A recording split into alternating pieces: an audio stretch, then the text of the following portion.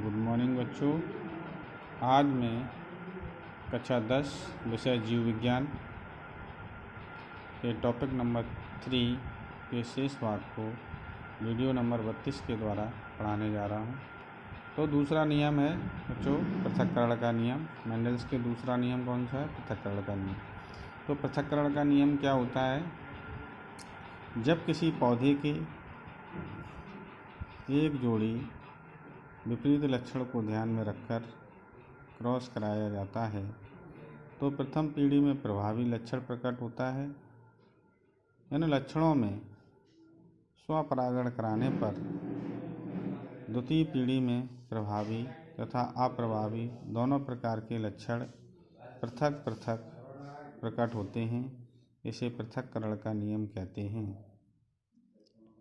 युग्मकों में जाने वाले सभी कारक शुद्ध होते हैं, इसलिए इन्हें युग्मकों की शुद्धता का नियम भी कहते हैं। तो बच्चों क्या होता है, देखिए, मटर के लंबे व बौने पौधों का क्रॉस कराने पर प्रथम पीढ़ी में लंबे पौधे प्राप्त होते हैं। इन प्राप्त पौधों में स्वपरागण कराने पर द्वितीय पीढ़ी में लंबे व बौने पौधे दोनों प्रकार के प्राप्त होते हैं। तो ये आप देख सकते हैं बच्चों डायग्राम के द्वारा। क्या लिए गए? लंबे पौधे लिए और बौने पौधे लिए। तो लंबे पौधे को हम कैपिटल टी से प्रदर्शित करते हैं और बौने पौधों को स्मॉल टी से प्रदर्शित करते हैं। तो लंबे पौधे का जीन्स हमने लिया, इसमें क्रॉस कराने पर F1 पीढ़ी में लंबे पौधे प्राप्त हुए। ठीक है, ये प्रभावता का नियम यहाँ तक लागू होता है। परंतु जब इनमें स्वपरागण कराया गया, क्या कराया गया? स्वपरागण। तो किस तरीके से?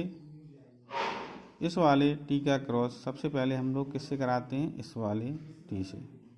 सबसे पहले इसको हम किससे जोड़ेंगे? इस वाले से।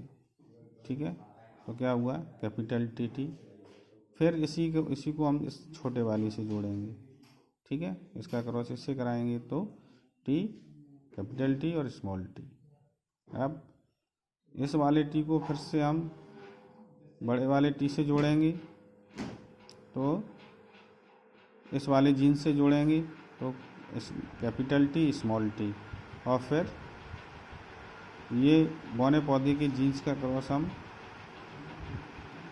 इससे कराएंगे तो स्मॉल टी। तो आप देख रहे हैं कि लंबे पौधे प्राप्त हुए, फिर लंबे पौधे बौने पौधे। तो इसमें आप देखते हैं कि जो इसका फिनोटाइप अनुपात है, जो लक्षण हमें दिखाई दे रहे हैं, यहाँ भी लंबे पौधे दिखाई देंगे, इसमें भी दिखाई देंगे। इसमें तो कितना अनुपात हो गया? 3:1 का। अगर जीन्स की बात करें तो जीनोटाइप रेशियो क्या होगा?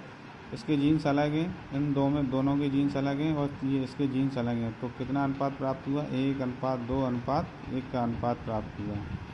तो बच्चों इस टॉपिक में जो भी पॉइंट आपकी समझ में ना आया हो तो पर्सनल व्हाट्सएप पर कमेंट करके पूछ सकते हैं। धन्यवाद।